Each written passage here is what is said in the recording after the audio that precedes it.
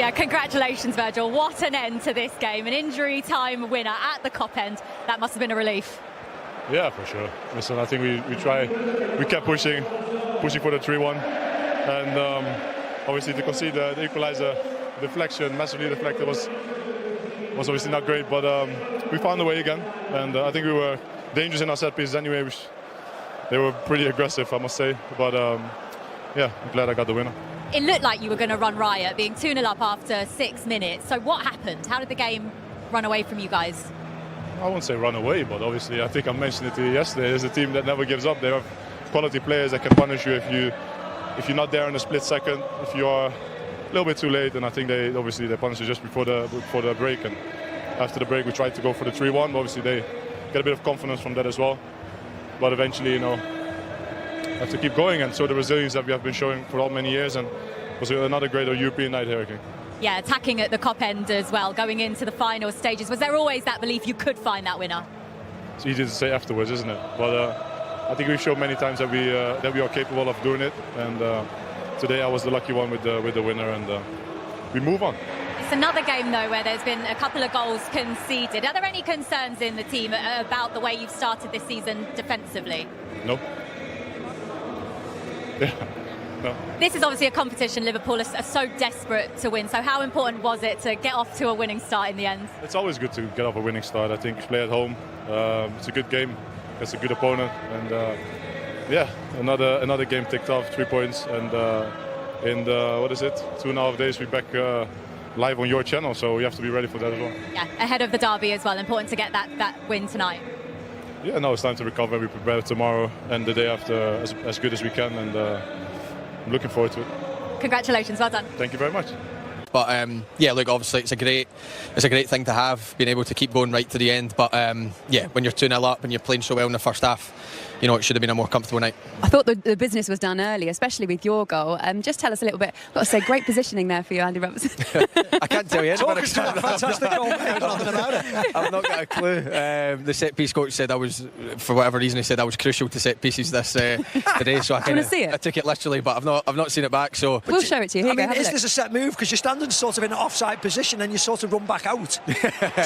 I was just trying to get in the line of the keeper, so he didn't really see it. You run back out in front of Barrios. It's a great cause chaos in it. Finish. End the Puskas Award now, but no, like honestly, I didn't know much about it, but obviously it's a great start, and yeah, thank God it went in. Yeah, look, it's another brilliant night for you in the Champions League. I just want to ask a little bit about this team. Lots of new faces. How you're gelling. We also saw a first sight of Isak starting tonight as well. What's it all been like behind the scenes? Yeah, I thought he was excellent. Obviously not really had a pre-season, not had a lot of games since last season, but I thought for especially the first half he was excellent. Naturally got tired, and then it's amazing to have a player like Hugo to come on, and both of them have got such quality. So look, we've got a lot of new players. They have to settle in. Playing with a big club like this, it's not easy, and they've all really done well, and they're the future. They're the ones that are going to take this club forward, and they're showing glimpses so far, and I'm sure they'll only get better. Is your job behind the scenes almost even more advanced now? Now there's a lot of new players in. Of course, you're one of the most experienced players in the squad. Does that do you come to the fore in that situation with so many players coming in? Yeah, of course, and the thing is there's so many players come in, but they're all young as well. So you do have to help them, you do have to make sure they're settled in, and make sure they don't get caught up in too much things as well. And it's a completely different club to play for. It's one of the best clubs in the world, but it's one of the most demanding and one of the biggest clubs, and that comes with responsibility. It comes with pressure as well, and we've all thrived on it for years, and these lads will thrive on it as well. They've all got the mentality to play here for years and years to come, and I think they'll just get better and better. And in terms of your professionalism, I mean, one of the players that's come in is in your position. How do you? I don't think anybody, not many guys certainly couldn't have done it. How can you be so professional when actually somebody is coming in to challenge for your place as well? I mean, it's such a positive that you've got that professionalism. Yeah, look, it's part and parcel of football. When you're at a club like Liverpool, you expect to be challenged every single season. Obviously, this one's been a bit different in terms of, we've probably brought in somebody that's going to, start. So that was a bit different for me. Obviously, a bit of a difficult summer, and then once I made my mind up, I committed to it. And obviously, I've only got a year left, and I love playing with this club. I love being out there with the lads, and I can help the lads as well. And obviously getting the vice captaincy this season gave me added responsibility as well. So I've just kind of thrived on that. And then once the games get going and there's more games, then I believe I'll play enough football. So yeah, look, I'm taking positives, and I'm looking forward to the season ahead. Robert, you've played in some great squads under Jurgen, of course. winning champions. This could be this squad that you're getting together now at this club, because we're seeing it in patches, and we're only a month into the season. When you're training and looking at the players and what they do individually, how do you think they're going to do going forward? Yeah, look, we've got quality all over the pitch, and I think that's the main thing. And if you look at the bench today, it's a right strong bench. Look at the 5 subs we've made, all of them bring quality, and look at the lads that never came on. Do you know what I mean? So we can change pretty much every position within a game if it's not working, which is a positive. And it's up to us to now show how good we can be. It's okay, these lads have came with unbelievable talent, and I believe they'll be good for Liverpool, but it's up to us to go and show it. And we need to show that by winning trophies. That's the only way we've done it in the past, and that's the only way we'll do it in the future. So I believe we can, but it's up to us to go and show it. Robert, can I just ask you about Rio? Just such an exciting young talent. We were asking Mo about him earlier on, and about being in those boots, in that position when you're so young and you've got such responsibility. We saw him get his European debut tonight as well. What do you see in him as a young player and a future talent? I think he's brilliant. I think he's such a level-headed young lad as well, which is so nice to see.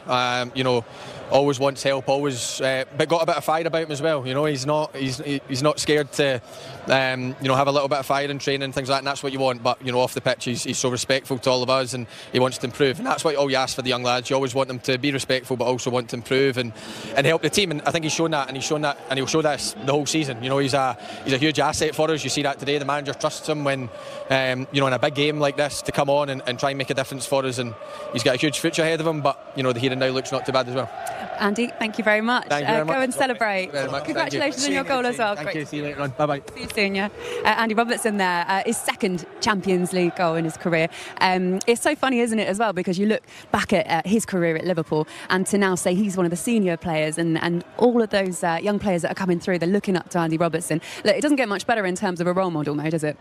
Absolutely not. I mean, they've had them over the years, the likes of Henderson, James Milner, great players, but great professionals as well. And really, they've ruled the roost in the dressing room. They've set the standards. And then they move on, and of course, players like Trent Alexander-Arnold, Virgil van Dijk, and Andy Robertson. So you always need those leaders. I can't think of a great team over the years that haven't had real leaders in the dressing room. It's very difficult to win anything without those people that police the dressing room, and Andy Robertson is definitely one of those. For all the attacking prowess that Liverpool have on the pitch, of all these natural goal scorers, it was Andy Robertson that got the first goal. That was a lucky Andy Robertson goal, wasn't it? Yeah, it just struck Andy Robertson and then goes on to hit Barrios. But the fact that Andy Robertson gets the first touch, and it is going on target, he gets credited with the goal, just comes from an offside area, back out, and you can clearly see there, Barrios' arms behind his back, cannons off, the pair of them, flies into the back of the net. Jan Oblak, absolutely no chance. It was a wonderful start for Liverpool. Yeah. We were sitting next to the Liverpool bench, and they were all looking at each other going, surely they've got to give it to Andy Robertson. Don't worry, they absolutely have. Only a couple of minutes later as well, Mo Salah then sprung into action himself, Michael. He certainly did. I mean, Mo Salah, he's used to the big occasion. There's a lovely little overlap, I thought, from Frimpong, but as soon as he starts breaking in, there's just no stopping him. His strength, I love that second touch as well. He's got bodies on him, and he's still got the strength and the power to have a soft first touch. Frimpong there, it's a good overlap. It just moves Gonzalez out of the way, just about 2 yards, and that is pivotal, actually, because Gonzalez is probably the closest man. But look at the strength, and look at this second touch from Salah here. Under all the pressure, this one almost drags it from behind him, and it's a deft little touch. He can't go too far. The goalkeeper would smother him. It's the perfect touch under pressure. Running at full speed and using your body and still having that deft touch was brilliant. Maka, this one I think caught a lot of people in the stadium by surprise. Yeah, Van Dijk steps forward, but Konate plays them all on side, and it was just whether it was going to be offside or not. Llorente does what he needs to do. He gets it on target, goes through Konate's legs, and it's whether he's unsighting the goalkeeper, because it's Antoine Griezmann across. Alisson takes a slight deflection off Konate as well. I think the goalkeeper can see all the ball when the shot is taken, and I think that's why he's been given benefit for the doubt. Yeah. OK, well, look, it changes the complexion of the game. It is now